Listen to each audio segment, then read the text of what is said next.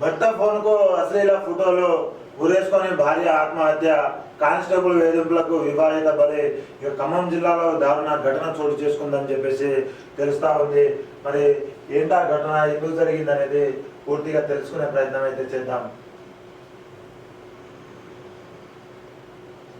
ఇక భద్రాద్రి కొత్తగూడెం జిల్లాలో దారుణం చోటు జరిగింది. ఇక కానిస్టేబుల్ వేధింపులకు వివాహిత బలైంది. బత్తుల త్రివేణి అనే వివాహిత ఉరేసుకొని ఆత్మహత్య చేసుకుంది. పోలీసులు తెలిపిన వివరాల ప్రకారం ఇక భద్రాద్రి కొత్తగూడెం జిల్లా సుజాత్ నగర్ చెందిన బత్తుల వీరయ్యకు అదే జిల్లా పాలవంత పట్టణం వికలాంగుల కాలనీకి చెందిన త్రివేణితో వివాహమైంది. కాగా త్రివేణిని కొంతకాలంగా ఖమ్మం జిల్లా చింతకాని మండలం నామవరం గ్రామానికి చెందిన కానిస్టేబుల్ బత్తుల నాగరాజు మానసికంగా వేధింపులకు గురి చేస్తున్నాడు.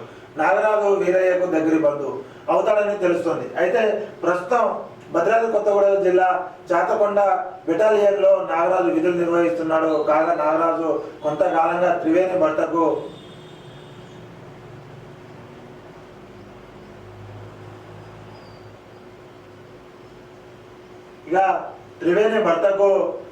అసభ్య ఫోటోలతో పాటు అసభ్యకర సందేశాలు వాట్సాప్ లో పంపిస్తున్నట్లు తెలుస్తుంది. ఇంకా నీ పిల్లాన్ని ఎందుకు ఉంచుకుంటున్నావురా, నీ పిల్లం సరైంది కాదురా, పనికి మారింది అంటూ సందేశాలు పంపినట్లు ఆరోపణలు. ఈ క్రమంలో త్రివేణికి ఆమె భర్త మధ్య కలహాలు చోటు చేసుకున్నాయి. కానిస్టేబుల్ నాగరాజు వేధింపులు తాళలేక త్రివేణి ఇటీవల పాలవంచ పట్టణం వికలాంగుల కాలనీలోని తన పుట్టింటికి వెళ్లిపోయింది. త్రివేణి ఫోటోలను అసభ్యకర సందేశాలను భర్తకే పంపడంతో తీవ్ర మనోవేదనకు గురైన త్రివేణి ఇంట్లోనే ఉరేసుకొని ఆత్మహత్య చేసుకుంది. ఇది గమనించిన కుటుంబ సభ్యులు ఆమెను కుటుంబ సభ్యులు పాలవంచ ప్రభుత్వ ఆసుపత్రికి తరలించారు. అప్పటికే త్రివేణి మృతి చెందినట్లు ఆసుపత్రి వైద్యులు నిర్ధారించారు.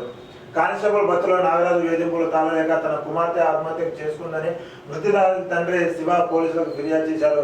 కానిస్టేబుల్ బత్తులో నాగరాజుపై కేసు నమోదు చేసి ఇక దర్యాప్తు చేపట్టిన పోలీసులు అదుపులోకి తీసుకున్నారు అని చెప్పేసి తెలుస్తా ఉంది. అయితే ఏదైతే కానిస్టేబుల్ వీరయ్య ఎవరైతే ఉన్నారో అతనికి దగ్గరి బంధువు అయిన నాగరాజు ఈ త్రివేణి యొక్క అసభ్యకరమైన ఫోటోలు, తర్వాత అసభ్యకరమైన సందేశాలను తన భర్తకే పంపించడంతో మనస్తాపానికి గురైన త్రివేణి నిన్న ఆత్మహత్య చేసుకుందని చెప్పేసి తెలుస్తా ఉంది. అయితే ఇలాంటి వాళ్ళను ఖచ్చితంగా కఠినంగా శిక్షించాలని చెప్పేసి కోరుతా ఉన్నాం.